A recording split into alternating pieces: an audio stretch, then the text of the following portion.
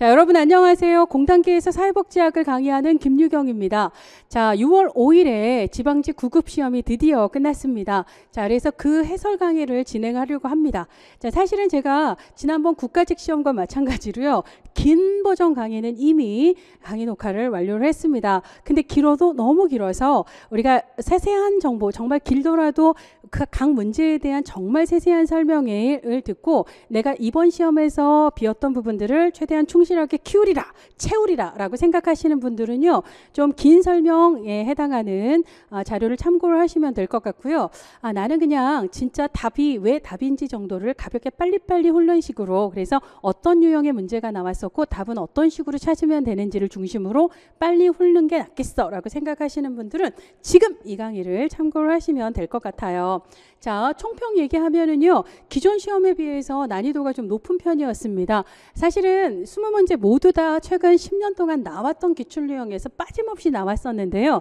자, 기존하고는 약간 문제의 포인트가 다르거나 표현이 좀 다르거나 이런 방식으로 기출을 변형한 문제들이어서 상대적으로 기출문제인 것 같은데 기출문제가 좀 아닌 것 같은 느낌을 주는 낯설음을 보이기도 했고요. 자, 그 다음에 전체적으로 지문의 문장 길이가 예년에 비해 상당히 긴 편이었어요. 그래서 짧은 시간 내에 여러분들이 문장을 읽고 해석하고 답을 찾는 게 상대적으로 조금 어려웠을 거라고 생각을 합니다. 뿐만 아니라 우리가 출제되는 영역의 가장 핵심적인 내용을 중심으로 해서 굵직하게 지문 구성이 되던 예전 스타일하고 다르게 이번 지문 구성은요, 내용상으로도 조금 더 세밀하고 구체적인 영역을 훑는 그런 경우가 있었습니다. 그리고 이제 실제로 언어 표현에서도요, 기존에 주로 통상 표현되던 용어들이 약간 다른 방식의 용어로 대체되는 이런 변화들이 있었기 때문에 여러분들이 봤던 문제인 것 같지만 상대적으로 어렵게 느껴지는 그런 문제들이 상대적으로 많아서 다소 어렵게 느껴졌겠다라고 생각을 해요. 자, 그리고 특징적인 것은 최근 시험에서요, 아동학대 굉장히 크게 이슈가 되고 있고 공적인 영역에서 아동학대를 대상으로 하는 이런 기능들을 더 보완을 할 생각이잖아요. 그것과 관련해서 아동학대라든지 모성보호 내지는 자녀 돌봄과 같은 이슈들이 최근 시험에서 계속해서 출제되고 있는 경향을 보입니다. 그래서 올해 같은 경우는 국가직, 지방직 모두 아동학대 관련된 내용들이 출제가 됐던 걸 볼 수가 있습니다.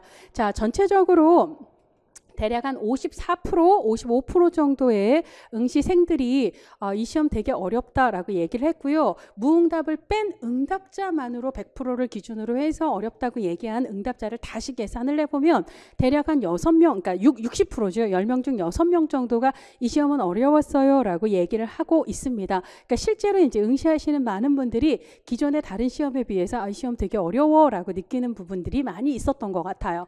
자, 체감 난이도가 상대적으로 높은 문항들은요, A 책형 기준으로 7번, 17번, 1번, 14번, 20번 문제였는데요.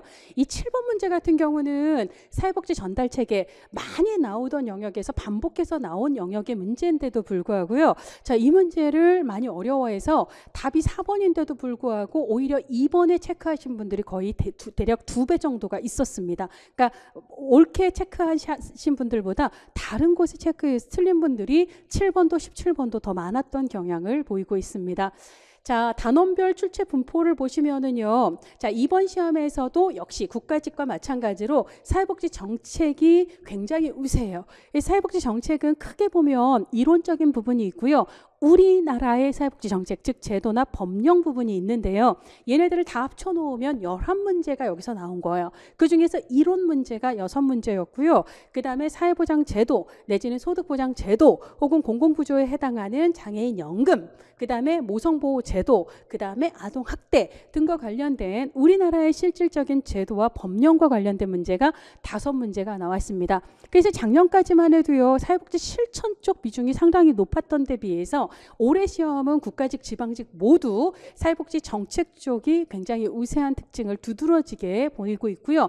이거는 특히 이번 지방직 시험에서 더 우세한 특징을 보이고 있는 특징을 보입니다. 그 외에는요, 쭉 보시면 아시다시피 한 번이라도 다 나왔던 영역의 문제가 나오고 있습니다. 자, 한 번도 하나도 문제가 출제되지 않은 세 가지 영역이 있죠. 인간 발달과 관련된 이론 한 문제도 안 나왔고요. 사회복지 조사론에서도 한 문제도 안 나왔고요. 지역사회복지론 쪽에서도 한 문제도 안 나왔습니다. 행정론에서는 리더십 이론을 물어보는 문제가 굉장히 오래간만에 다시 이렇게 출제가 됐습니다. 자, 그리고 이제 이 중에서 사회복지 개념과 관련해서 선별주의와 보편주의를 구분하는 문제, 그 다음에 사회복지 가치에서요, 윤리적 이게 조금 여기가 달라졌는데요, 윤리적인 갈등의 5가지 유형을 구분하는 문제, 행정론의 리더십 이론과 관련된 문제, 그 다음에 사회복지 전달체계 문제, 모성보호 및 자녀 돌봄 관련된 문제, 이 5개의 문제가 상대적인 난이도가 높았고요. 그 중에 1번 1순위였던 7번 문제가 바로 사회복지 전달체계 문제였고요. 그 다음에 17번 문제도 되게 힘들어했잖아요. 윤리적인 갈등 유형에 해당하는 문제, 이 두 문제는 특히나 맞게 체킹한 분들보다 오답에 체킹해서 틀린 분들이 좀 더 많았던 특징을 보입니다. 자, 2021년까지 빈출 가장 이렇게 시험 문제에 많이 나왔던 것들을 쭉 줄을 세워보면은요, 이렇게 줄을 세워볼 수가 있는데요.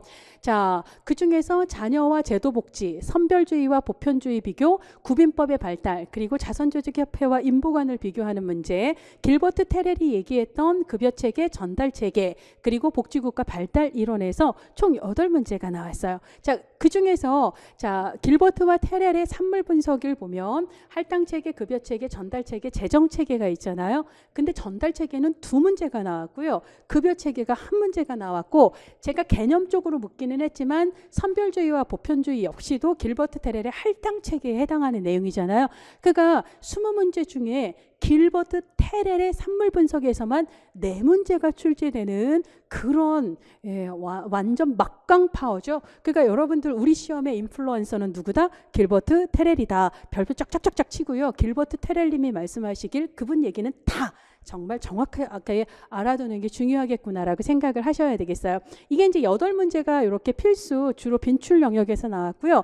나머지 자, 근데 그 중에서도 전달체계 문제와 선별주의, 보편주의 문제가 체감 난이도가 1위, 3위로 상당히 높게 나왔어요. 그러니까 이 말은 무슨 말이냐면 정말 나오던 게 또 나왔는데도 불구하고 어머 힘들어, 어머 어려워 이렇게 생각하신 분들이 꽤 많았다는 거예요. 특히 이 전달체계는 체감 난이도 1위, 틀린 사람이 더 많은 문제라는 걸 보시면은 아, 진짜 자주 나오는 것 중에서도 내가 여전히 정확하게 내용 파악을 못하고 있는 부분들이 있구나. 특히 많이 나오는 것들은 진짜 싸그리 100% 개념 이해를 해야지 라고 또 다짐을 하셔야 될 거라고 생각을 해요. 자, 어쨌거나 빈출탑 20문제 중에서 20영역 중에서 이렇게 8문제가 나왔고요. 나머지 12개의 영역 역시도요. 다 10년 동안 한 번은 나왔던 것에서 나왔어요. 근데 예를 들자면 리더십 이론처럼 지난 10년 동안 딱 한 문제 나왔던 이런 영역에서 다시 문제가 나왔을 때 상대적으로 이 문제 좀 어려워라고 생각하게 될 가능성이 큽니다. 자, 그래서 윤리적 갈등 유형 있잖아요. 얘도 딱 한 번 나왔어요. 자, 그 다음에 리더십 이론도 딱 한 번 나왔어요. 자, 그 다음에 모성보호와 자녀 돌봄 지원도 딱 한 번 나왔어요. 자, 그러니까 분명히 나온 적이 있는데 얘가 자주 나오던 게 아니라 딱 한 번 혹은 딱 2번 이런 식으로 나오면은요, 여러분들이 상대적으로 걔를 좀 소홀하게 공부를 해서요, 지식이 생각보다 헐렁헐렁한 거예요. 자, 그러니까 여러분들이 답을 막 이렇게 비켜가서 오답 속으로 잘못 들어가게 되는 거거든요. 자, 그래서 우리가 이제 국가직 시험 제가 강의하면서도 말씀을 드렸지만 말이에요. 여러분들이 실제로 고득점을 하려면 빈출만 파고들어서는 별 의미 없어요. 그러니까 빈출도 중요하죠. 진짜 빈출 중요하죠. 그렇지만 빈출만으로 승부를 볼 수는 없기 때문에, 그러니까 뭐 아예 나온 적도 없는 걸 파고들라, 그거는 너무 비효율적이에요. 나왔던 문제 있잖아요. 나왔던 문제만큼은 그게 1번 나왔던 2번 나왔던 10번 나왔던 상관없이 완벽하게 마스터하라. 그래서요, 데이터, 여러분들이 공부를 해야 하는 기본적인 데이터는 철저하게 기출의 베이스를 깔고 있어야 돼요. 다시 한번 강조를 드립니다. 기출은 무조건 100% 마스터를 하리라 라고 생각을 해주셔야 합니다. 자, 득점을 가로막는 요인들은요. 출제자가 언어 표현을 살짝 바꾸거나 아니면 기존에 나왔던 표현을 살짝 그 옆자리 표현으로 대체를 하거나 이렇게 해서요.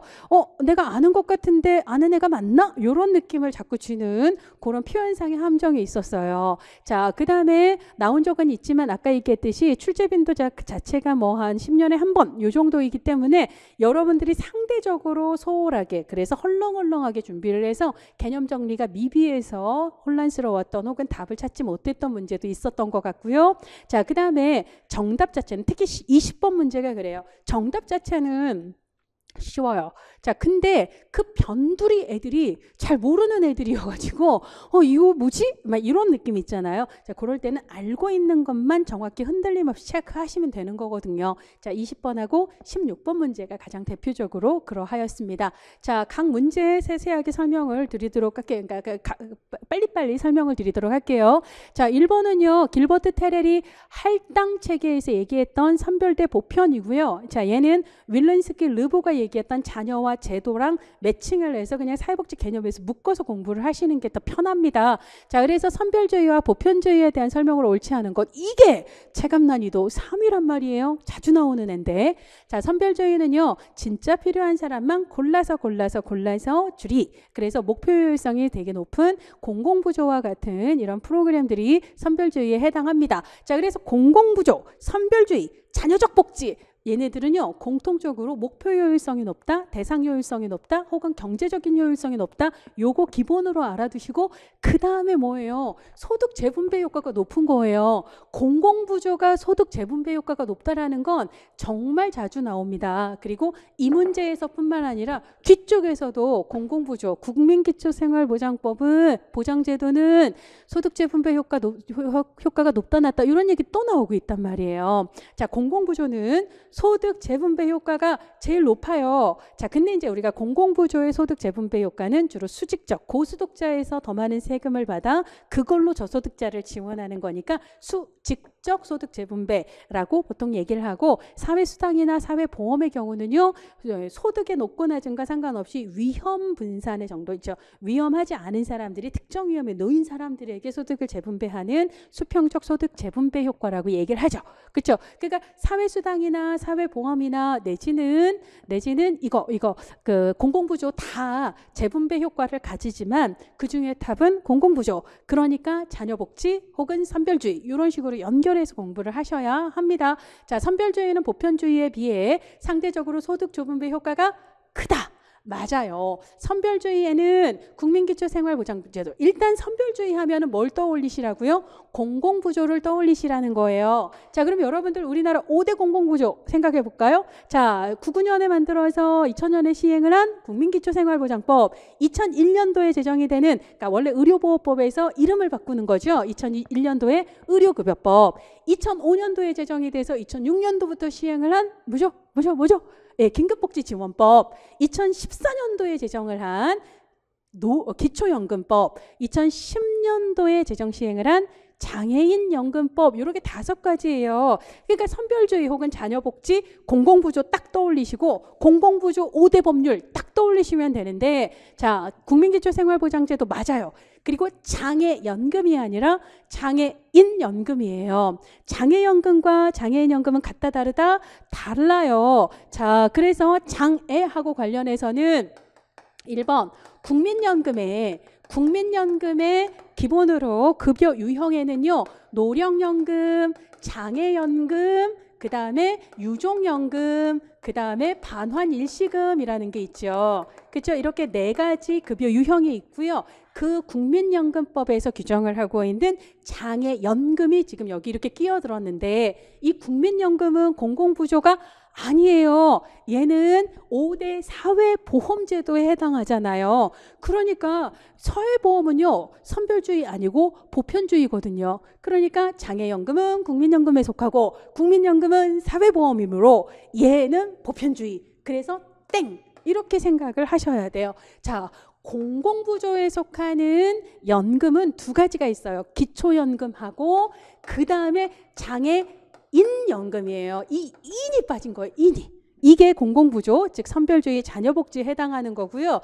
자, 그 다음에 장애인연금은 장애인연금법에서 규정을 하고 있는 거죠. 장애연금은 국민연금법에서 규정을 하고 있는 거고요. 참고로 장애인복지법에서는 장애수당, 장애아동수당, 보호수당을 규정을 하고 있고요. 산재보험에서는 장해 급여를 이야기를 하고 있죠. 그래서 얘는 14개 등급으로, 얘는 4개 등급으로 등급을 나누어서 차등적으로 급여 지원을 한다. 이 정도는 여러분들이 알아두셔야 할 겁니다. 자, 그래서 2번이 틀렸습니다. 그렇죠? 자, 2번이 틀렸고요. 보편주의는 모든 사람에게 맞고요. 권리로서 제공한다라는 거 맞고요. 자, 보편주의는요. 따로 선별주의처럼 수급자 선별을 하지는 않기 때문에 선별을 위해 들어간 행정비용이 적죠. 거의 들어가지 않죠. 그래서 4번도 맞는 얘기예요. 답은 그래서 답은 자, 2번입니다. 자, 그래서 이제 뭐 이 그래프는요. 자, 우리가 소득 재분배를 한다라는 거. 1번에서 소득 재분배를 한다라고 얘기를 했는데 공공부조 같은 경우는 어떻게 하죠? 이렇게 소득 분포를 봤을 때 이 고소득 분들 있잖아요. 우리가 상상할 수 없는 세계 속에 살고 있는 이 고소득 계층에게서 더 많은 세금을 이렇게 징수를 해서 가장 밑에 있는 요 분들을 플러스 알파로 도와드리는 그런 제도가 이제 공공부조 제도잖아요. 그러니까 전체 소득의 격차를 조금 더 줄여주기 위한 그렇죠? 이런 걸 우리가 수직적 재분배 내지는 그냥 재분배 혹은 평등의 실현 뭐 이런 식으로 이야기를 한다라는 걸 말씀을 드리기 위해서 이 그림 그려봤고요. 답은 2번입니다. 자, 그 다음에 이제 2번 문제 보시면은요. 사회복지 실천에서 면접에 대한 설명을 옳지 않은 것은 이건 그냥 직관적으로 상식적으로 풀면 되는 거예요. 자, 원활한 면접을 진행하려면 사회복지사 클라이언트 라포 신뢰관계 잘 형성이 되어 있어야 되죠. 3번부터 볼게요. 클라이언트가에게 내가 질문을 던졌는데 클라이언트가 따박따박 잘 대답을 할 수도 있지만 그렇지 않을 수도 있어요. 자, 그리고 경우에 따라서는 침묵을 할 수도 있습니다. 자, 이 침묵하는 것 역시 의사표현의 일종이라고 이해를 해주셔야 돼요. 그래서 그걸 존중을 하고 기다려 주시는 것이 필요합니다. 그리고 경우에 따라서는 그 침묵의 의미를 해석하는 것도 중요한 단서가 될 수가 있을 겁니다. 자, 4번 사회복지사는 면접 시 클라이언트의 언어적 표현에만 집중하는 것이 아니라 제스처라든지 얼굴 표정이라든지 말의 속도라든지 이런 것들 있잖아요. 이런 비언어적인 표현도 관심을 가져야 돼요. 오히려 비언어적인 표현이 그 사람의 진심에 가까운 단서가 되는 경우가 많이 있습니다. 자, 1, 3, 4 맞고요. 자, 초기에는 개방형 질문을 통해서 그러니까 처음부터 클라이언트에게 막 이 얘기 저 얘기 막 잘잘잘잘 하라고 하는 게 오히려 좀 부담스러울 수 있기 때문에 진짜 초장에는 오시는데 힘들지는 않으셨어요? 어떻게 건물은 잘 쉽게 찾으셨어요? 그다음에 나이가 어떻게 되세요? 점심은 드셨어요? 이런 것들 있잖아요. 예, 아니요나 뭐 저 몇 살이요? 이런 식으로 간단하게 얘기할 수 있는 폐쇄형 질문을 통해 클라이언트와 대화를 이끌어 가고요. 그렇지만 끝까지 폐쇄형으로 계속 물어붙이게 되면 클라이언트가 진짜 자기 얘기를 할 기회가 없죠. 그리고 취조당한다 이런 느낌을 받을 수가 있습니다. 자, 그렇기 때문에 이제 조금 더 진행이 되면서는 클라이언트가 스스로의 얘기와 마음과 의견을 얘기할 수 있도록 개방형 질문들을 확장을 시키는 것이 중요합니다. 그래서 옳지 않은 것은 2번이에요. 네, 2번이에요. 자, 3번으로 넘어가면 서구 사회복지 관련 법에 대한 설명으로 옳지 않은 걸 찾으라 라고 얘기했는데요. 신구빈법, 길버트법, 스피맨랜드법, 라치블법 다 구빈법 얘기해요. 구빈법 문제가 또 나왔네. 자, 그런데 예전에는요. 다 나치블법이라고 표현 안 했어요. 예전 시험 문제에서는 작업장법이라고 나왔는데 이 작업장법을 제정한 인물이 에드워드 나치블이라는 사람이란 말이에요. 자, 그래서 작업장법을요. 나치블법 내지는 작업장 테스트법이라고도 얘기를 합니다. 그래서 우리 출제자가요. 너희들 작업법장법은 아는데 걔의 또 다른 이름이 나치불법인 거 알아? 이러면서 나치불법으로 냈어요. 응, 알아. 이러고 푸시면 되는 거예요. 자, 신구변법의 3대 원칙 아시죠? 열등처우 많이 나오니까 알 거고요. 전국 균일처우 그다음에 근로능력 있으면 다 작업장에 수용해야 구호받을 수 있어. 자, 1번 맞습니다. 자, 길버트법은 국가직 시험에서 4월에서도 또 나왔었잖아요. 그러니까 길버트의 가장 핵심은 뭐죠? 길버트와 스피맨랜드는 둘 다 인도주의적인 법인데 길버트는 노동 능력 있는 사람을 다 작업장에 가둬놓지 말고 그 사람을 원웨이 작업장 바깥에 자기 동네에 살게 하면서 직장 알아보게 하고 취업하기 전까지는 그 사람 도움 주자라고 얘기하는 걸 원외 구호를 허용하자. 누구에 대해? 근로능력이 있는 빈민에 대해. 이걸 가장 골자로 합니다. 그리고 이제 추가적으로 기본으로 교구가 각자 알아서 교구 내에 빈민을 담당하라라고 얘기를 하다 보니까 재정 능력이 빈약한 교구들 같은 경우는 자체 빈민 구호에 대해서 좀 힘들단 말이에요. 그래서 교구 간의 연합을 통해서 교구 연합으로 조직화를 해서 구빈행령의 단위를 교구 연합 단위로 다시 재편성을 해서 그렇게 효율적으로 운영하도록 하고요. 교구 연합 단위에 이제 유급 직원을 배치하는 방식의 시도를 하게 되죠. 2번 맞습니다. 자, 스피맵랜드는요, 저임금 노동자예요. 일해서 임금을 받지만 그 임금 수준이 최저생계에 못 미쳐 허덕이고 살고 있는 그 사람들에게 임금에서 실제 최저소득에 모자라는 만큼을 보조해주는 제도예요. 이걸 임금보조제도라고 얘기를 하고, 그러면 그 돈을 어디서 충당하는가? 구빈세로 충당을 해요. 그래서 저임금 노동자들에게 그 구빈세로 임금을 다 충당하려고 하니까 구빈세가 많이 필요하네요. 그래서 구빈세를 더 많이 부담을 해야 되는, 그러니까 증액을 하게 되는 거죠. 그래서 납세자들이 원성이 자자하다는 거예요. 저놈의 스피맵랜드법 좀 어떻게 좀 때려치우라고 막 이런 난리가 나죠. 그래서 결국은 얘를 폐지하고 이거 신구빈법의 시대로 전향을 하게 되는 거잖아요. 자, 그래서 3번도 이거 3번이 틀렸죠. 구빈세 부담을 증가시켰다라고 얘기해야 맞는 거예요. 그래서 3번이 틀렸습니다. 나치불법 작업장법은요, 노동능력이 있는 빈민들 작업장에 때려 넣어 라고 얘기해요. 근데 기본으로 작업장법은요, 나치불법은 중상주의 이념을 기본으로 깔고 가기 때문에 투입되는 비용은 최소화시키고 뽑아내는 돈은 최대한 많이 뽑아내자. 그래야지만 내가 국부로, 그러니까 부를 증진하는 거 아니야? 이렇게 생각을 하기 때문에 작업장에서 연락에 노동을 시키고요. 그 다음에 실제로 이들한테 들어가는 돈은 음식값 최소화,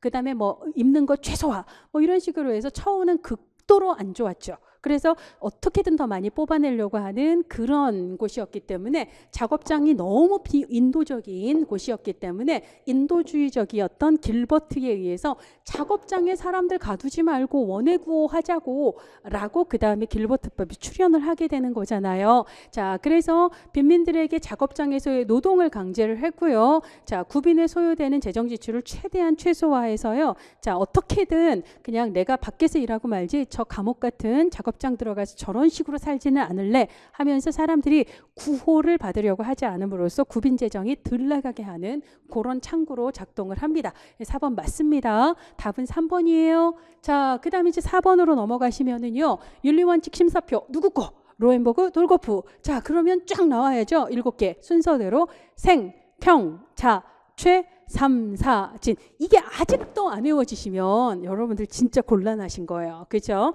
요거는 뭐 필수입니다. 필수. 밥 먹을 때 생평자체 3, 4, 진 하고 드세요. 그죠? 안 나오면 밥을 먹지 마세요. 예, 기본이니까. 자, 그래서 생평자체 3, 4, 진. 생명보호, 평등, 불평등, 자율, 최소해약, 삶의 질, 사생활보호, 비밀보장, 마지막에 진실과 정보공개 원칙이잖아요.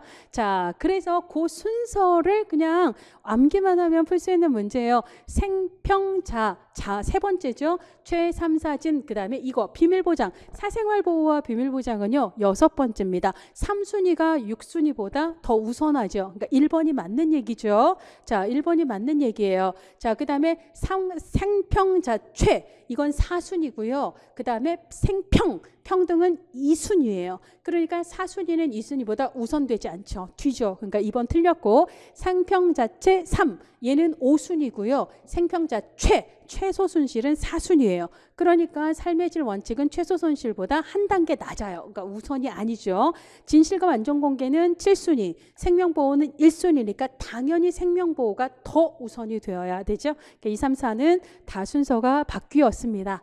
자, 그 다음에 이제 5번 보시면은요, 시장 실패 원인으로 옳은 것만 모두 고른 것은 이렇게 물어보고 있는데, X 비효율성이 뭐지?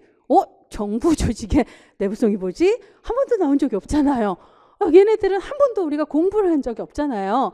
그러니까 얘네들은 시장 실패가 아닐 거예요. 어지간한 수험서에, 어지간한 강의에 한 번도 시장 실패 이름으로 등장한 적이 없었다면요, 그냥 얘는 딴 건가 보다 라고 생각을 하시고, 시장 실패에 해당하는 여러분들이 공부했던 그것만 골라 답을 찾아보시면, 외부 효과, 정보의 비대칭성, 불안정 경쟁, 얘는 시장에 그냥 맡겨놓으면 시장에 이런 문제가 있기 때문에 정부가 개입하는 게 필요해 라고 얘기하는 근거가 되잖아요. 즉 시장 실패 논리에 해당하잖아요. 자, 그래서 기역, 니은, 리을인 3번이 답이겠네 라고 생각하시면 됩니다. 자, 그래서요, 나온 김에 시장 실패 대 정부 실패 이렇게 한번 볼게요. 왜냐하면 우리가 시험 문제에서는 주로 시장 실패를 물어보죠. 그렇죠? 작년에도 또 이 문제는 나왔었잖아요. 자, 그치만 지금 방금 봤던 것처럼 시장 실패 옆에 있는 오답으로 정부 실패 요인이 배치가 될 가능성이 있고, 자, 그 다음에 또 어떤 경우가 있냐면, 사실 시험에서 그거를 막 물어본 건 아니지만 1970년대 말에 79년에 대처가, 그 다음에 80년에 레이건이 영국과 미국에서 각각 정권을 잡을 때 뭐라고 얘기를 해요? 야, 국가복지 확대해가지고 실업률 잡는다며, 물가 잡는다며, 뭐 살기 좋은 세상 온다며. 근데 야, 니네들 때문에 재정만 바닥나게 생겼고 실업률은 뭐 낮아졌어? 야, 물가는 뭐 잡혔어? 아니잖아. 실업률을 높고 물가 때문에 인플레이션이라고 다 살기 힘든데 뭐 하자는 거야? 이게 뭐예요? 신우파 정권에서 복지 지출을 삭감하고 정부 역할 축소하자라고 얘기했던 논리잖아요. 이 논리를 네 글자로 줄이면 뭐다? 정부 실패다. 그래서 우리가 시험 문제에 정부 실패가 직접적으로 나온 건 아니지만, 사실은 1940년대 중반부터 70년대 중반까지 복지국가가 원성하게 발전하던 그거에 딱 제동이 걸리던 70년대 말에 이 이야기에 그 관문에 딱 문턱에 이게 있는 거예요. 정부 실패했잖아 라고 얘기를 하는 거기 때문에 정부 실패도 본 김에 좀 알아둡시다. 자, 시장 실패 아시죠? 외부 효과. 시장에서는 외부 효과가 있는 거는, 그러니까 예를 들어 부정적인 외부 효과가 있는 거는 뭐 대가 안 치르니까 막 룰루랄라 매연 막 이렇게 폐수 막 내보내고 막 이런 거 있잖아요. 이런 거 막 하는 거예요. 그러니까 정부가 규제해야지. 긍정적 외부 효과 있는 거 하면 막 좋을 텐데, 특별히 누가 보상하지 않는다고 좋은 외부 효과가 있는데도 불구하고 그거 하려는 사람이 없으니까 그런 건 정부가 해야지. 이런 식으로 시장에 믿고 맡기면 문제가 있으니 정부가 해야지라고 외부 효과 얘기합니다. 공공재의 경우는 내가 뭐 돈 따로 안 내도 그냥 내가 이용한다고 누구도 나를 배제할 수 없기 때문에 난 돈 안 내고 이용만 할 거야 라고 하는 무임승차를 유발하니, 이런 경우에는 정부가 나서서 공공재를 제공을 하는 게 좋다. 그 다음에 규모의 경제가 있는 거는 시장에 까딱하다 맡기면은요, 이거 딱 돈 되는 거 좋거든요. 그래서 대기업이나 이렇게 큰 주체가 독점을 하게 되면 얘가 가격 갖고 장난질을 쳐가지고 힘들게 될 수 있기 때문에 규모의 경제가 큰 재화나 서비스는 정부가 맡자. 자, 그 다음에 시장 완전 경쟁이 이루어져요. 자유롭게 완전히 경쟁할 수 있는, 그래야지만 재화의 분배가 효율적으로 분배가 될 텐데, 이놈의 시장이라는 게 생리적으로 그렇지를 않잖아? 라고 얘기를 하면서 큰 경제 주체가 독점을 하면서 작은 경제 주체는 끼어들었다가 개박살나는 구조잖아 라고 얘기를 합니다. 자, 그 다음에 그러니까 이제 정부가 개입을 할 필요가 있다. 규제도 좀 하고 이래야 되는 거죠. 자, 그 다음에 시장에서 판매자와 구매자 사이에 정보가 좀 대등해야 되는데, 실제로 파는 사람이 더 주거나 사는 사람이 더 주거나 이래서 문제가 생기는 경우가 있죠. 그래서 역의 선택 문제라든지 도덕성적 해이가 발생하므로 이 경우도 그러니까 정부 개입이 필요하다. 그다음에 기본으로 그러니까 시장에서의 재분배는 불평등할 수밖에 없기 때문에 정부 개입을 통한 재분배가 필요하지라고 얘기를 합니다. 자, 그렇게 해서 6개의 시장 실패 요인들 꼭 기억을 해주셔야 되고요. 정부 실패에 해당하는 5개의 용어도 알아두세요. 파생적 외부성이라고 기출문제 한 번 언급이 됐었어요. 자, 이건 외부 효과하고는 조금 달라요. 파생적 외부성, 파생적 외부 효과는요, 정부가 개입해서 오히려 부작용만 초래하는 경우 있잖아요. 의도한 효과는 내지 못하고 오히려 예상하지 못했던 부작용을 초래하는 경우, 이것을 파생적 외부성이라고 얘기를 합니다. 자, 그 다음에 내부성은 뭐냐면, 정부가 특정 문제에 대해서 개입하기 위해서 그걸 담당하기 위한 공기업을 만들거나 정부 조직과 부처를 만들게 되는 순간, 자, 우리 조직 인원 충원해야 돼요. 우리 조직의 재정 좀, 예산 좀 더 따내야 돼요. 이런 식으로요. 자, 그래서 조직이 조직 자체의 힘을 비대하게 키우기 위한 목적을 우위에 놓게 돼버리는 경우, 이런 거를 우리가 내부성이라고 얘기를 해요. 자, 그 다음에 X 비효율성은요, 정부가 특정 재화나 서비스에 대해서 독점적 지위를 갖게 되면은요, 경쟁하는 업체가 따로 있는 게 아니기 때문에 특정 재화나 서비스를 공급하는 과정에서 비용을 어떻게든 좀 줄이면 국가 예산을 절약할 수 있을 텐데, 딱히 뭐 그거 갖고 경쟁하는 애들이 없다 보니까 더 다운시키기 위한 노력을 하지 않는 거예요. 그러니까 그런 재원의 낭비가 있게 되고요. 그런 면에서 관리상의 비효율성이 유발될 수 있는 것을 X 비효율성이라고 얘기를 합니다. 자, 그 다음에 오히려 정부가 특정 기업에 특혜를 준다거나 아니면 뭐 땡땡 협회 같이 되게 로비 활동을 많이 하는 애들에게 조금 더 이익이 가는 그런 식의 편향을 보이는 경우 있잖아요. 그래서 오히려 정부의 개입이 그런 식의 불평등을 초래하게 되는 경우를 권력의 편제, 기울어졌다는 거예요. 저쪽 편으로. 그런 거고요. 자, 그 다음에 비용과 편익의 절연이라고 하는 건, 절연은 단절이 되어 있다라는 거거든요. 그러니까 돈 내는 사람과 그것으로 이익을 보는 사람 사이가 일치하지 않고, 돈 내는 사람 따로, 그것으로 편익을 누리는 사람 따로. 그래서 돈 많이 갖고 있는 사람이 세금 몽땅 내면 그걸로 가지지 못한 사람들이 더 편익을 누리거나, 아니면 예를 들어 보험료를 막 올렸더니 그걸로 결국은 의사들 배만 더 채우거나, 이런 문제들 있잖아요. 이런 문제들이 나타날 수 있는데, 그것을 비용 편익의 절연이라고 얘기를 합니다. 이런 요인들을 정부 실패라고 한다라는 걸 알아두셔야 지금 같은 문제에 대비할 수 있는 거예요. X 비효율성, 정부 조직의 내부성, 이런 건 정부 실패에 해당하니까 디귿 미음은 빠져라 라고 생각하시고 답이 3번이라는 걸 눈치껏 체크를 하시면 되는 거죠. 자, 6번 가도록 하겠습니다. 사회복지 정책의 발달 관련 이론이에요. 자, 사회복지 정책의 발달 관련 이론, 줄이면 복지국가 발달 이론이라고 얘기하시면 돼요. 자, 복지국가 발달 이론에 대한 설명을 옳지 않은 걸 고르라고 얘기를 하고 있습니다. 자, 이익집단 이론, 이익집단 정치 이론, 뭐 이익집단론 다 같은 얘기인데요. 자, 얘는 가장 핵심어가 뭐다? 이익집단이에요. 제한된 자원을 둘러싸고 서로 다른 이해관계가 얽힌 이익집단들끼리 우리한테 이걸 더 달라고, 우리한테 예산 더 많이 배정해달라고 이렇게 요구를 하면은요, 국가가 그거를 중재를 해서 어느 쪽에 얼만큼 배당을 할 건지 할당을 할 건지 이런 거를 결정을 하는 과정에서 뭔가 이제 복지국가가 발달을 했다. 그래서 노인 인구가 증가를 하면서 노인 집단이 상당히 큰 규모의 이익 집단이 됐고요. 그러다 보니까 아무래도 사회복지 예산 중에서도 노인복지 쪽 예산이 더 발전을 하고 노인복지 쪽이 더 발달을 하는 이런 것들을 얘기로 이야기를 할 수 있어요. 자, 그래서 이익집단론에 따르면 사회복지 정책은 특정 이익집단의 이익에 부합하는 방향으로 수립이 되고요. 이익집단 간 이해관계 상충을 국가가 중재하면서 특정의 정책들을 만든다라고 얘기를 합니다. 자, 그 다음에 2번 확산이론이에요. 혹은 전파이론이라고 얘기를 해요. 자, 그런데 이 확산이론에는요, 공간적 확산도 있고요. 플러스 위계적 확산도 있습니다. 예, 자, 그러면 공간적 확산이라고 하는 것은요, 지리적으로 가까운 인접 지역으로 이 지역의 사회복지 정책이 혹은 제도가 확산이 되는 걸 공간적 확산이라고 얘기를 해요. 자, 그럼 위계적 확산이라고 하는 건 뭐냐면은요, 선진국, 복지 선진국의 제도가 복지가 아직 좀 발전이 미흡한 나라로 이렇게 이제 전파가 되는 것, 이거를 위계적 확산이라고 얘기를 합니다. 자, 그럼 2번 지문을 보도록 할게요. 확산 이론에 따르면 경제 수준이 낮은 국가가 선진 복지 국가의 영향을 받아 사회 보장을 확대를 해요. 자, 이러면 선진 복지국가의 영향을 경제 수준이 낮은 국가가 이렇게 영향을 받아요. 이거는 지리적이고 공간적인 확산일까요? 아니면 위계적인 확산일까요? 예, 위계적인 확산입니다. 그렇죠. 근데 이거를 공간적 확산에 해당한다라고 얘기를 했기 때문에 2번이 틀리게 되는 거예요. 자, 그래서 지금 이 경우는요, 사실 우리가 확산이론에서 위계적 확산, 공간적 확산까지를 언급하는 이런 세밀한 내용은 시험 문제에 나온 적이 없었거든요.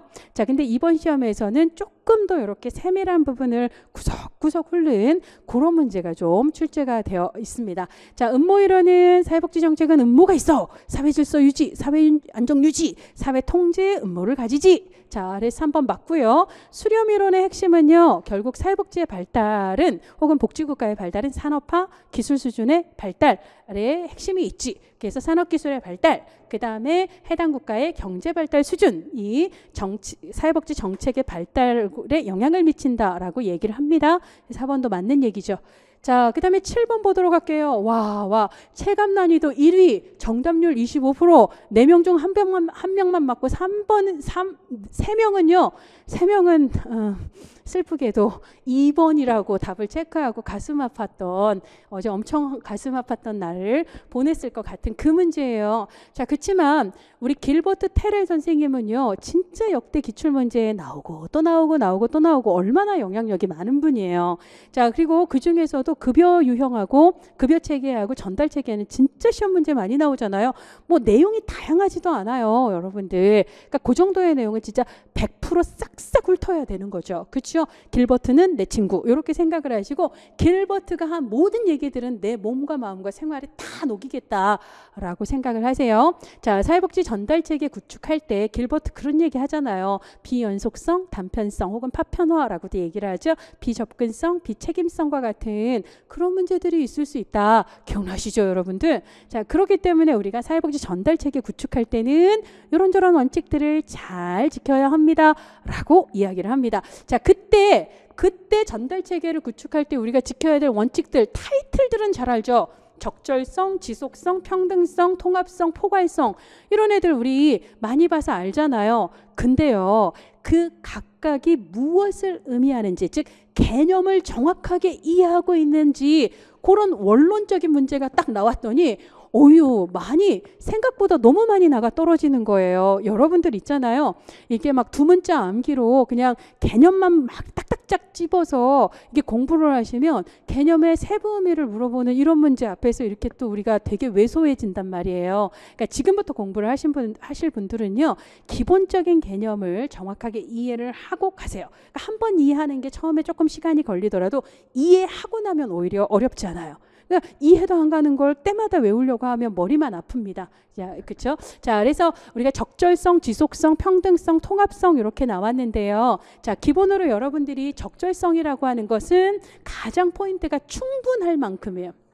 그러니까 나한테 뭔가가 우리 욕구라고 얘기하는 거 있잖아요. 클라이언트 욕구, need라고 하는 것은 필요해요. I need you 하면 나는 너에 대한 욕구가 있어. 이렇게 얘기 안 하잖아요. 난 네가 필요해요. 그러니까 사실 우리가 번역을 할 때 욕구라고 얘기를 하지만 사실 필요라는 번역이 훨씬 더 자연스럽죠. 그러면 클라이언트에게 필요한 만큼 적절한 양을, 적절한 질을, 적절한 기간 동안 서비스를 제공할 수 있는가, 이게 적절성 혹은 충분성이라고 이야기를 합니다. 그 사람에게 필요한 만큼의 충분한 양, 질, 기간이어야 한다. 이제 1번은 맞는 얘기예요. 자, 그 다음에 2번 지속성이라고도 얘기하고 연속성이라고도 얘기를 해요. 우리 길버트 기출문제에서 실제로 이제 전달체계 구축 과정에서의 대표적인 문제점 4가지 중에 비연속성 혹은 비지속성이라는 게 있었잖아요. 이게 무슨 말이에요? 예를 들자면 실업에 처해서 지금 뭔가 일자리가 필요한 사람, 근데 직업 기술이 하나도 없는 사람이라면 우리가 단계적으로 접근을 할 거예요. 일단 취업 기술, 취업 역량을 키우기 위한 취업 교육을 할 겁니다. 자, 그럼 취업 교육만 백날 하면서 끝까지 취업 교육만 받아요? 아니죠. 취업 교육을 일정 기간 하고 나면 그 다음부터 뭘 해야 돼요? 취업 알선 프로그램을 해야 되죠. 그렇죠? 그렇게 해서 이 사람이 취업에 성공할 수 있도록 하고요.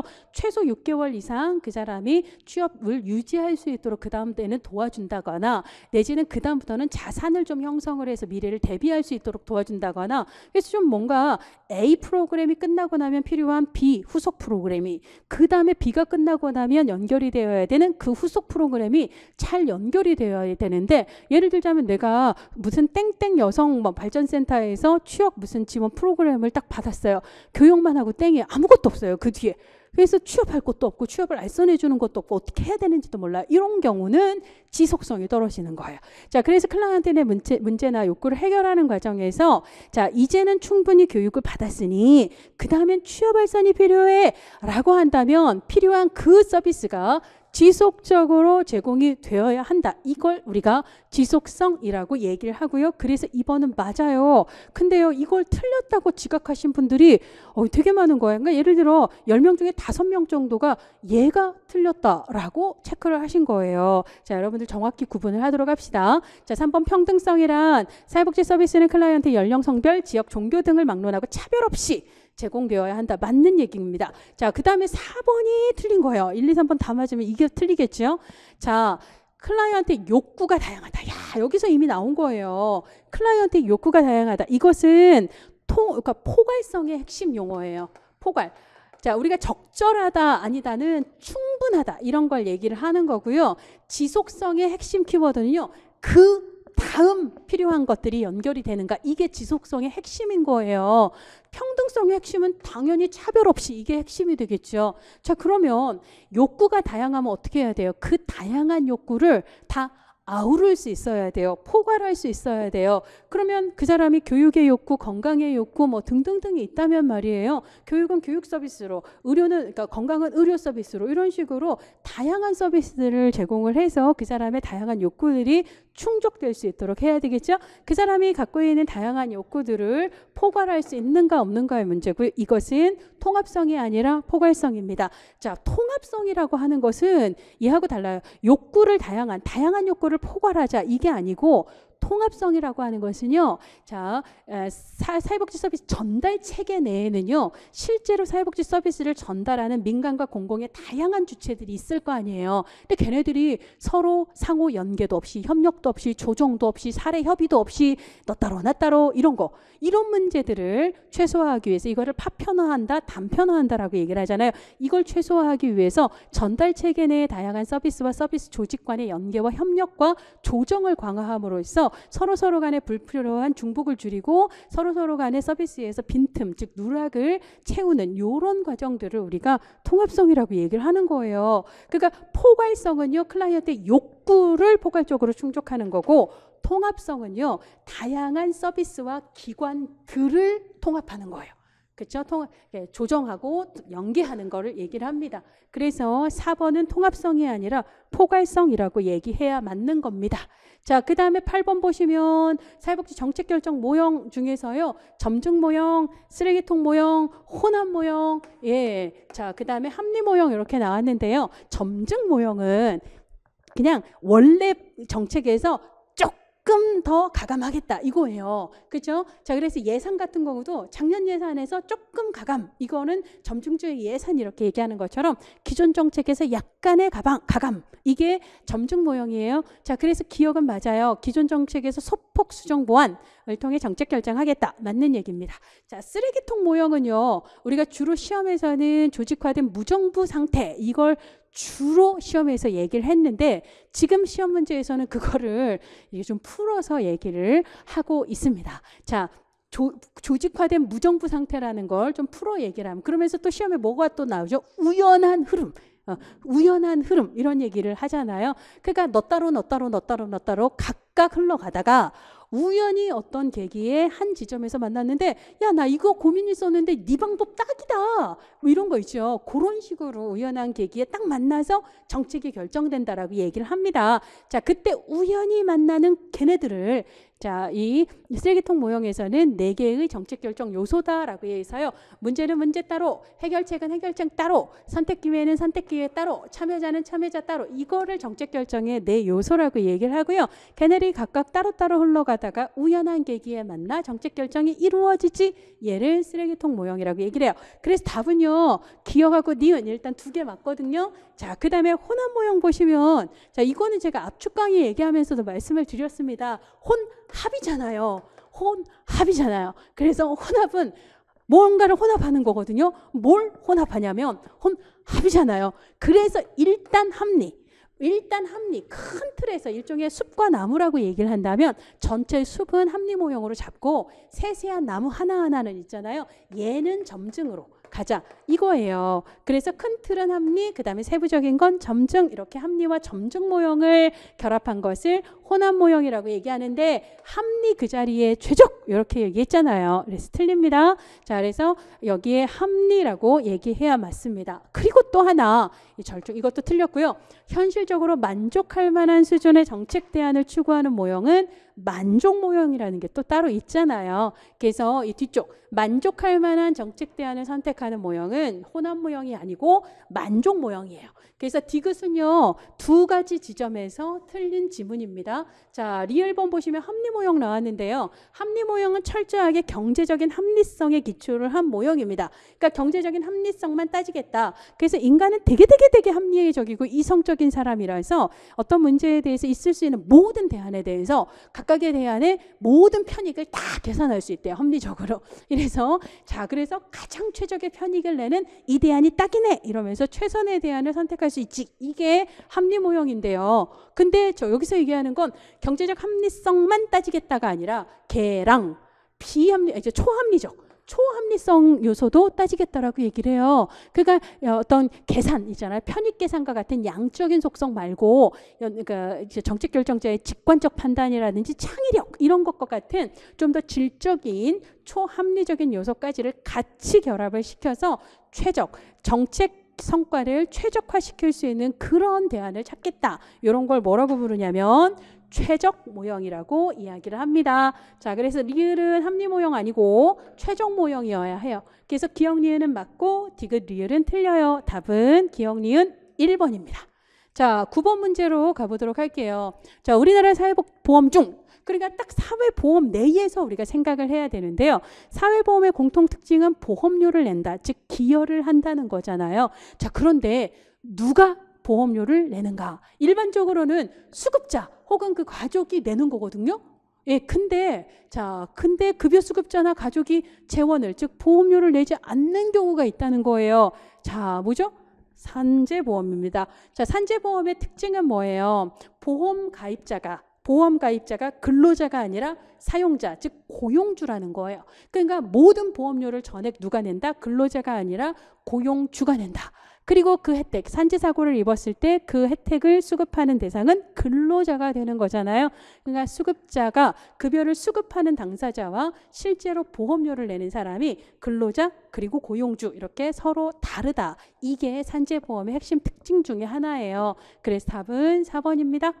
자, 그 다음에 이제 10번으로 가시면은요, 사회복지 실천의 주요 접근법에 대한 설명으로 옳지 않은 것. 자, 인지행동, 강점, 관점, 증거 기반 실천, 해결 중심 이렇게 나왔는데요. 기본으로 강점, 관점은 병리적 관점 혹은 문제 중심적 관점하고는 다르다라고 얘기를 하죠. 그래서 무엇을 강조하느냐면 문제가 아니라 자원이나 강점이나 역량이나 가능성이나 잠재력 이런 것들을 강조를 하되, 클라이언트만의 잠재력이나 강점이 아니라 클라이언트뿐만 아니라 클라이언트의 환경 속에 있는 자원과 강점도 강조합니다. 그래서 2번은 맞아요. 그런데 이 강점 관점을 토대로 개발이 된 대표적인 모델 중에 하나가 바로 해결 중심 모델이잖아요. 자, 해결 중심 모델은 강점 관점에 기반한 대표적인 모델로서 문제에 초점을 맞추지 않고 클라이언트의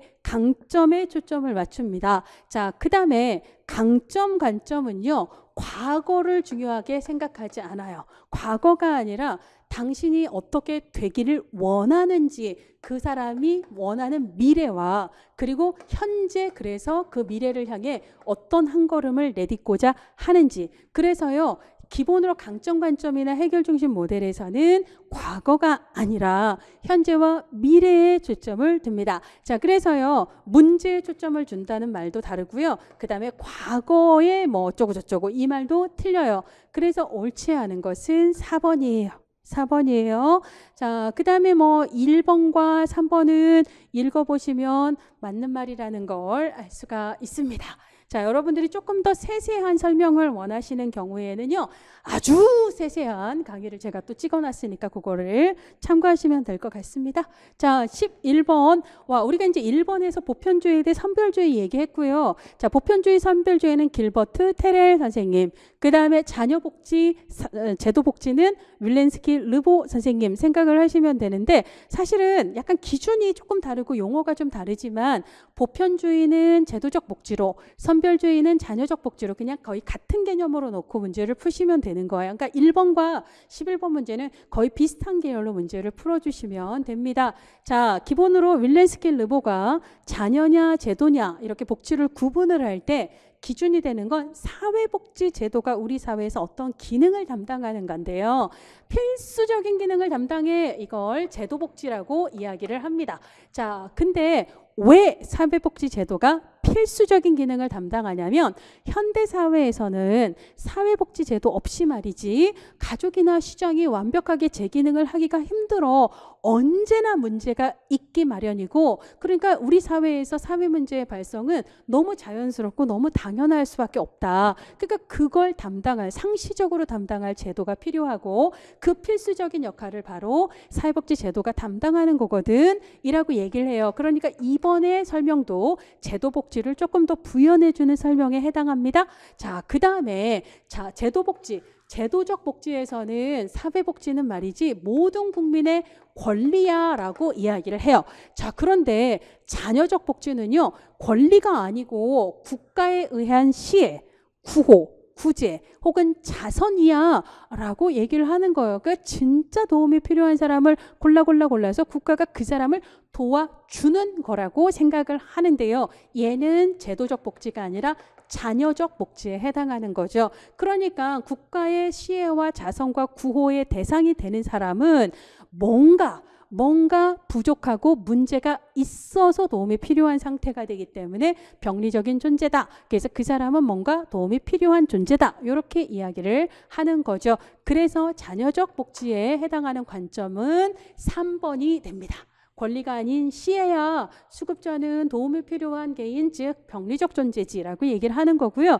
자, 자녀적 사회복지에서는 빈곤이나 실업 등의 문제를 개인의 문제, 개인의 책임으로 이야기를 하지만 제도적 복지에서는 사회적 문제, 사회 구조의 문제로 이야기를 하죠. 답은 3번입니다. 자, 12번 보시면은요, 서구 사회복지 발달 과정에 대한 설명으로 옳지 않은 것은 얘기를 하는데 또 구빈법이 이렇게 언급이 됐습니다. 자, 엘리자베스 구빈법 1601년 이 법의 가장 큰 의미는 뭐죠? 국가가 구빈에 대한 책임을 최초로 천명했다는 거거든요. 자, 그래서 빈민구호에 대한 국기 책임을 인정을 했고요. 그 다음에 중앙의 추밀원, 그 다음에 치안판사, 구빈감독관과 같은 행정제도를 공식화하고 있습니다. 자, 19세기 말 정확하게 얘기하면 1967년부터 영국 자선조직협회가 창설이 돼서 활동을 하게 되는데요.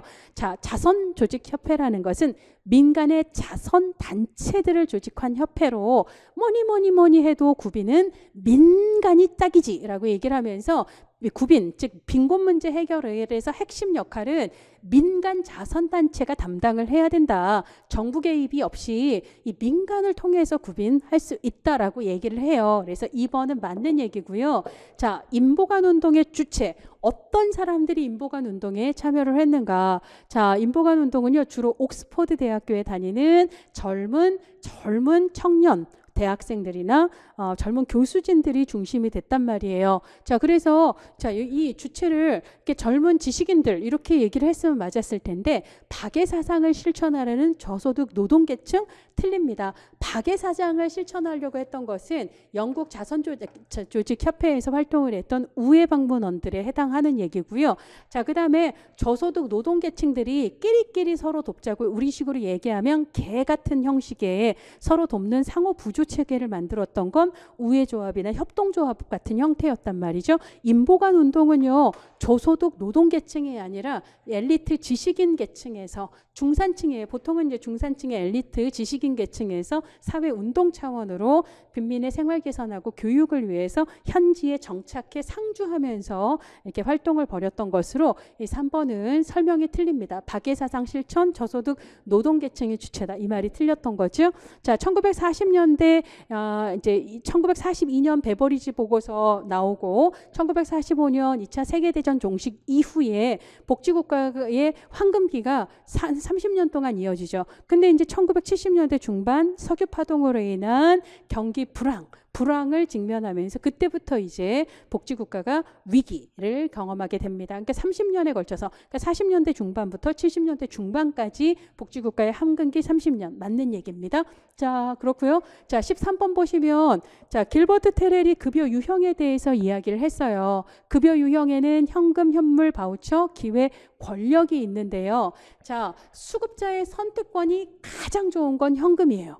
근데 현금이 선택권이 제한된다라고 얘기했기 때문에 틀립니다. 자, 목표 효율성이 가장 좋은 건 그 사람에게 필요한 그것을 주는 거예요. 딴 목적으로 사용하지 않도록 제한하는 거예요.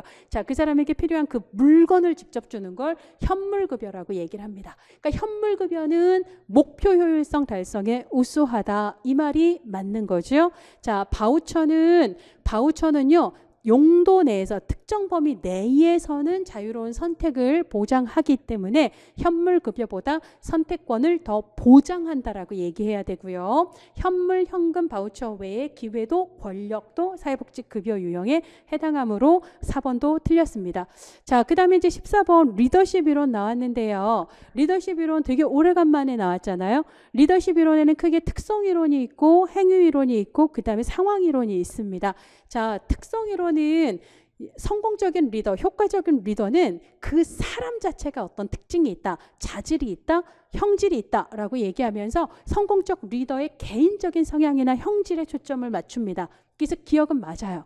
자, 그 다음에 행동이론은 오하이오 연구, 미시건 연구, 그 다음에 블레이크와 머튼이 제시했던 관리 격자 이론이라는 게 있죠. 자, 관리 격자 이론에서는요.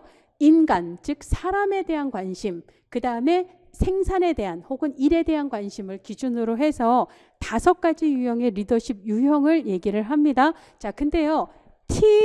블레이크 버튼이 고장나면 인생 종치니까 관리 격주로 해 라고 외우라고 했어요. 자, 그래서 블레이크 머튼이 제시를 했던 관리 격자 이론에서 가장 이상적인 리더십으로 제시했던 건 중간, 중도, 중용형이 아니라 T형, 9,9예요. 9,9. 그러니까 인간에 대한 관심과 생산에 대한 관심 둘 다가 가장 높은 팀형이라고 얘기해야지 맞아요. 자, 그 다음에 하우스는 여러분들 처음 출제가 되기 때문에 예를 들어 디귿을 모르더라도 허쉬와 블랜차드를 가보도록 할게요. 허쉬와 블랜차드는 제가 이렇게 외우라고 했잖아요. 불쌍해. 직원들이 의지도 없어. 능력도 없어. 이렇게 외우라고 했어요. 자, 그래서 허쉬와 블랜차드의 상황이론에서는 부하 직원의 능력과 의지를 기준으로 해서 상황을 따지고 각각의 상황의 효과적인 리더십 스타일이 무엇인가를 이야기를 합니다. 자, 그런데요. 직원들이 능력은 없지만 의지는 있어요. 하려는 의지는 있는데 잘 못해요. 자, 그럴 때는요. 이건 이렇게 하는 거야 라고 잘 끌어주면 돼요. 이것을 참여형이라고 하지 않고요. 제시형이라고 얘기를 합니다. 제시형 리더십이에요. 참여형 리더십은요. 애가 똘똘한데 뭘 참여하려고 안 해. 그럴 때는 야 이거 좀 같이 하자라고 참여를 시켜야 돼요. 자, 참여형 리더십이 필요한 경우는 능력은 있는데 의지가 없는 경우는 참여형 리더십이 효과적입니다. 자, 그래서요. 니은하고 리을은 틀리고 기억은 맞아요. 자, 그러면 여러분들이 디귿을 모르더라도 니은, 리을은 틀렸잖아요. 니은, 리을이 들어가는 건 다 지워보면 1번밖에 답이 안 나오죠. 자, 3번은 맞는 얘기입니다. 그냥 읽어보시고요. 예, 기억하고 디귿만 맞다라는 걸 눈치껏 찾으실 수 있어야 합니다. 자, 15번 사회복지 전달체계 유형 중 민간의 전달체계의 특징. 민간은요. 공공에 비해서 되게 접근성이 높고요. 그 다음에 이거는 상당히 욕구에 대해서 신속하게 대응을 할 수가 있고요. 상당히 창의적이고 실험적인 시도를 할 수가 있고요. 융통성이 있습니다. 그리고 또 하나 선택. 다양한 서비스를 통해서요. 자유롭게 선택할 수 있는 선택의 자유를 상대적으로 공공보다 더 보장을 하게 되죠. 그래서 1번이 민간 전달 체계가 공공에 대해서 갖고 있는 상대적인 장점에 해당하고요. 평등, 사회적 적절성, 그리고 재분배의 실현이라든지 지속적 혹은 안정성이라고도 얘기하죠. 포괄적이고 보편적인 서비스의 제공, 그 다음에 대량 공급을 통한 규모의 경제는 공공 영역 중에서도 특히 중앙정부가 갖는 장점입니다. 자, 16번 아동학대 처벌법에서 아동학대 신고 의무자에 해당하지 않는 것은 이렇게 물어봤는데요. 자, 아동학대 처벌법에 아동학대 신고 의무자를 한 25가지 유형으로 제시를 하고 있습니다. 자, 그 중에 8번째에 보시면 성매매 피해자 지원시설 및 성매매 피해 상담소 장과 종사자 얘기하고 있고요. 자, 15번째에 보시면 의료인 및 의료기사라고 명시가 되어 있습니다. 자, 그런데요, 의료기사 등에 관한 법률 제2조에 보시면 의료기사의 종류에는 임상병리, 방사선사, 물리치료사, 작업치료사, 치과기공사, 치위생사 등이 포함된다라고 명시가 되어 있습니다. 다시 문제로 가시면은요. 그러니까 의료인 및 의료기사라고 얘기했을 때 치과 의사는 의료인에 해당하죠. 작업치료사는 의료기사에 해당합니다. 따라서 아동학대 신고 의무자가 맞아요. 자, 성매매 피해 상담소 내지는 지원시설 짱과 소장 소장과 직원 다 맞죠? 답은 교정직 공무원입니다. 교정직 공무원은 구치소나 교정시설이라는 폐쇄시설에서 재소자 관리나 교정교화를 담당하고 있기 때문에 이분들이 업무상의 특징상 아동학대를 발견할 수 있는 유리한 위치에 있다라고 보기가 힘들죠. 따라서 아동학대 신고 의무자하고는 관계가 없어요. 자, 17번 보시면은요. 사회복지 실천 과정에서 윤리적 갈등이 발생하는 원인이 5가지 종류가 있는데요. 클라이언트가 상당히 다종적인 클라이언트가 막 있기 때문에 자, 이들 클라이언트가 서로 입장이 다를 때 누구를 주된 클라이언트로 해서 내가 결정을 해야 되지? 이런 경우는 우리가 클라이언트 체계의 다중성이라고 얘기를 해요. 자, 그 다음에 이 아이를 입양을 시키는 게 이 아이나 엄마를 위해서 최선일까? 아니면 입양을 시키지 않고 직접 키우는 게 최선일까? 결과를 알 수 없어서 입양 여부에 대해서 결정을 하기가 혼란스러울 수 있습니다. 이 경우 결과의 모호성이라고 얘기를 해요. 자, 그 다음에 내가 진짜 온정적인 마음으로 너를 도와주려고 널 대신해서 결정해주고 네가 몰라도 될 것 같은 알면 끔찍할 것 같은 건 내가 대신 좀 걸러주고 그렇게 하다 보니까 오히려 나의 따뜻한 마음이 네가 스스로 결정할 수 있는 자기 삶의 결정권이라든지 자립 능력 같은 걸 훼손하게 되었네. 이런 거를 권력의 불균형. 그러니까 내가 어느 정도까지를 해주고 어느 정도는 걔가 직접 하도록 하는 게 나을까. 이런 걸 갖고 갈등할 수 있다라는 얘기예요. 자, 그래서 1, 3, 4는 다 맞아요. 자, 근데 2번을 보시면 학대받은 사실 비밀로 해주세요라고 아동이 요청을 했는데요. 이 아이의 요청대로 비밀 보장을 할 것인가? 학대를 당하고 있다면 이 아이의 생명이 위태한데요. 생명을 보호해야 될 것인가? 자, 그러면 자, 이 두 개의 서로 다른 가치 중에서 어떤 가치를 우선으로 할 건가? 이런 걸 고민하고 있다면 서로 다른 가치 사이의 상충이라고 얘기를 합니다. 자, 그래서 기본으로 윤리적 갈등의 유형에는 의무의 상충이 있고요. 가치의 상충이 있는데 지금 이 경우는 의무의 상충이 아니라 가치 상충에 해당하므로 틀렸어요. 자, 18번 문제 보시면 장애인 연금법 2010년도에 제정이 돼서 그때부터 시행이 되죠. 장애인 연금법은 우리나라의 5가지 공공부조 중에 하나가 됩니다. 자, 장애인 연금 수급권자 연령은 만 18세 이상이고요. 장애인 연금의 종류는 기초급여와 부가급여가 있습니다. 자, 그 다음에 보건복지부 장관이 장애인 연금 선정 기준액을 정할 때에는 수급자의 100분의 70 수준이 되도록 합니다. 이건 기초연금도 마찬가지예요. 마찬가지로 기초연금과 장애인연금 모두 군인연금, 공무원연금, 사학연금, 별정우체국연금 이런 내 대상이 되는 사람, 자격이 있는 사람에게는 장애인연금도 기초연금도 지급하지 않습니다. 자, 그래서 답은 2번이고요. 자, 19번 문제 보시면 소득보장 정책에 대한 설명으로 옳은 것은 이거는요. 우리 앞에서 나왔던 선별대 보편, 그 다음에 자녀대 제도 해갖고 1번, 11번 문제 나왔잖아요. 걔네들이랑 맥을 같이 하는 문제예요. 자, 그래서 기본으로 자, 공공부조에 해당하는 국민기초생활보장제도는요. 공공부조에 해당하는 국민기초생활보장제도는 대표적인 자녀 혹은 선별적 제도라고 볼 수가 있고요. 정말 필요한 사람들을 선별하여 그 사람들에게만 낭비 없이 재원을 할당하는 구조이기 때문에 이런 경우는 목표 효율성이 높고 재분배 기능이 강하다라고 이야기를 합니다. 그래서 누진세를 적용한 일반 조세를 통해서 고소득 계층에서 더 많은 세금을 걷어서 진짜 저소득인 사람들을 선별해서 그 사람에게 소득을 재분배하는 형태이기 때문에 무엇보다도 재분배 기능이 강하다라고 생각을 하셔야 합니다. 자, 그 다음에 그래서 2번 틀렸고요. 사회보험은 이 국민기초생활보장제도와 같은 공공부조보다는 재분배 기능이 훨씬 약하긴 하지만 그렇다고 사회보험이 재분배 기능을 하지 못한다라고 말하면 안 되죠. 사회보험이나 사회수당의 경우는 수직적 재분배보다는 수평적 재분배 기능을 주로 담당한다라고 얘기를 하고요. 자, 그렇다고 수직적 재분배 효과는 없는가? 아니에요. 우리가 국민연금의 연금 급여액 산정하는 공식에 보면 A 더하기 B 할 때 A 있잖아요. 소득 균등 부문처럼 수직적 재분배를 위한 장치들이 연금 산정에서도 포함이 되고 있습니다. 그래서 1번도 틀렸고 2번도 틀렸어요.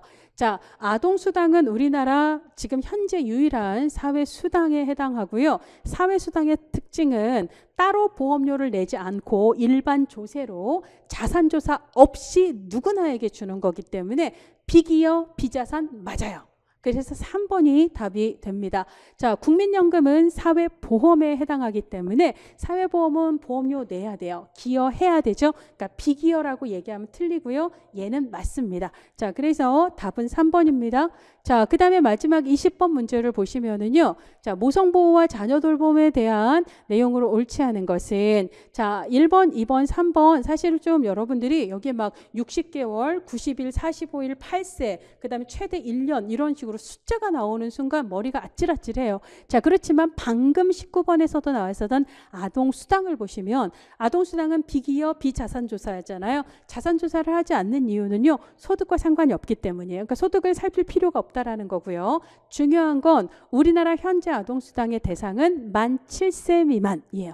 만 7세 미만 아동을 둔 가정 전체가 됩니다. 자, 근데 8세 이하라고 얘기했기 때문에 4번은 틀리는 거예요. 4번은 틀리는 겁니다. 자, 그래서 옳지 않은 건 4번이고요. 자, 요 아동 4번이에요. 자, 이거는 시간이 너무 많이 가서 요거는 빼도록 하겠습니다. 자, 그래서 여러분들 제가 진짜 각 문제에 대해서 되게 꼼꼼하게 해설과 오답에 대한 오답 각각에 대한 해설들까지를 정말 상세하게 해설을 달았거든요. 자, 그래서 지금 이 경우는 짧게 한다고 해도 벌써 60분이 지나 버렸는데요. 자, 요 정도로 설명을 마치는 걸로 하고요. 좀 더 상세한 내용이 궁금하시면 제가 해설 자료를 올려드릴 테니까 그걸 참고를 하시고요. 아니면 좀 상세 버전의 강의를 참고를 하시기를 바랍니다. 여러분들 수고 많이 하셨고요. 그 다음을 향해서 탈탈 털고 씩씩하게 가보도록 하겠습니다.